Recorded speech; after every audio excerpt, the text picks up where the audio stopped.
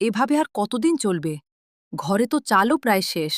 চিন্তা করো না কমলা, আমি কাল বাজারে যাব, কিছু কাজ খুঁজে বের করব। তুমি সারাদিন এত কষ্ট করো, তবুও আমাদের দুঃখ কমে না। কষ্ট একদিন না একদিন শেষ হবেই। সৎ পথে থাকলে ভগবান ঠিক সাহায্য করবেন। এত সোনা, এগুলো দিয়ে তো আমার সব দুঃখ দূর হয়ে যাবে।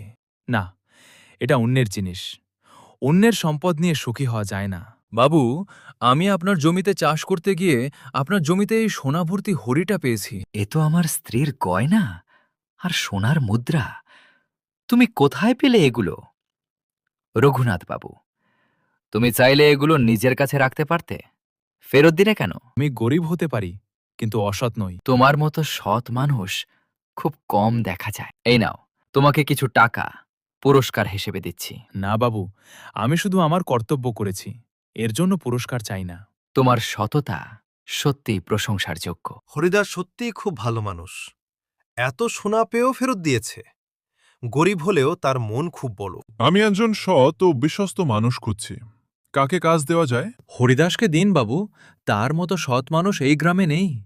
তাই তো সবাই তাকে এত সম্মান করে। আমি তোমার সততার কথা শুনেছি। তুমি কি আমার ধানের কলের দেখাশোনা করবে?